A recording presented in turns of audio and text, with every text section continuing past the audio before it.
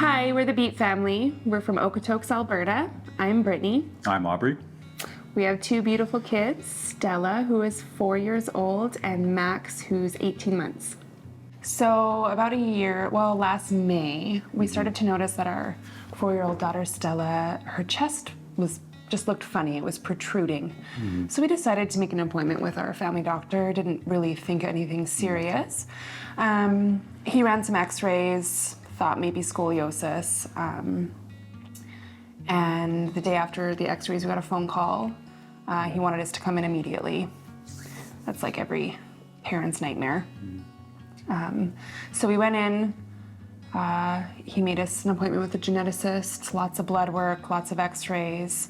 And in September of last year, she was finally diagnosed with an extremely rare genetic disorder called mucopolysaccharidosis type 4A, also known as Morquio syndrome. Because it's genetic, any child that we had a 1 in 4 chance of any of our children getting this disease as well. So about 6 weeks after Stella, our son Max was also diagnosed with Morquio syndrome. So Morquio syndrome is a rare genetic disorder. Essentially, what it causes is their body is lacking an enzyme that is responsible for breaking down cell waste, recycling cell waste.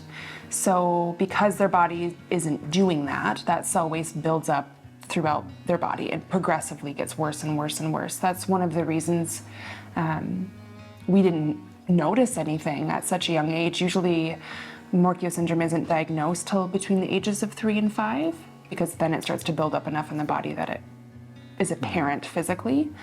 It causes multi-systemic problems, soft tissue, heart problems, lung problems, vision problems, hearing problems, breathing problems, and enlarged organs. It just progressively gets worse. It's very delicate.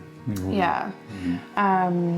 Primarily, it causes skeletal dysplasia, which causes bone deformities, joint problems, very short in stature, lots of orthopedic surgery to try to keep them mobile for as long as possible. Up to 70% of Morquio patients are in a wheelchair by their teen years. And life expectancy is anywhere from 30 to 40 years with as much intervention as we can do. Having a life expectancy put on your children is a nightmare I wish on no parent. So when they were first diagnosed, we were told that there is no cure.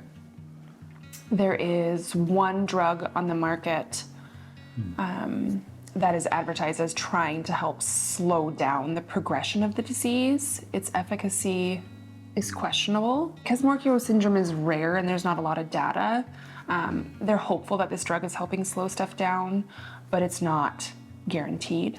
If we did go that route, permanent ports would have to be put in our children's chest. They would need a once-a-week, 5-hour-long IV infusion of the drug for life. The drug is also extremely expensive, and Alberta is currently one of the only provinces left that has no government funding for it. So that poses a big problem. When we first found this all out, we felt pretty hopeless. Yeah. Even if we did want to try this drug, we had big hurdles to get over to even attempt to make it possible for our kids. So it took about a month of crying and grieving and processing and accepting before we got to work. Yeah. Started contacting any society, organization, anyone we could with information, help, Morquio Facebook sites for other families that are going through it and treatments they've done. I've read every research paper on the planet on this disorder and contacted doctors that are cited on the research papers. And it became apparent pretty quick that stem cell therapy is also being done for Morquio syndrome. We had to go through a lot of hoops, but we finally did get in with the transplant team at Alberta Children's Hospital, and they listened to us. Yeah. They read our research, they contacted the doctors we'd contacted, and decided to hold a physician's forum and discuss our kid's case, and agreed that stem cell was an option for them if we wanted to go that route, try to get their bodies to produce this enzyme on their own. So we found them donors. We did get approved for transplant. We did find both kids donors. We're projected to start transplant hopefully in September, and they'll be the first children in Canada to have it done for their disorder.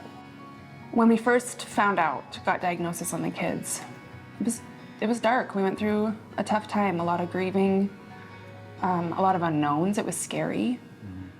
But I know we both found a lot of faith and hope and encouragement from our families and the community that we live in. People want to help, and we have a lot ahead of us. Chemo is going to be tough. Aubrey would love to take time off work and not have to stress about bills while we go through chemo and the recovery from the treatment, and be able to be together as a family. So we're just hopeful to get some help with funding. Help pay the bills so we can be together and heal. We're very hopeful for what's to come. We have faith in Alberta Children's Hospital and the treatments that we're about to go through with the kids. We'd like to thank Alberta Children's Hospital and everyone that's listened and advocated for us. We'd like to thank family in our community for all the support and love that we've had and will continue to have. I'd also like to say to anyone going through a medical journey, for you or your kids, to advocate. Advocate for what you want, because anything is possible.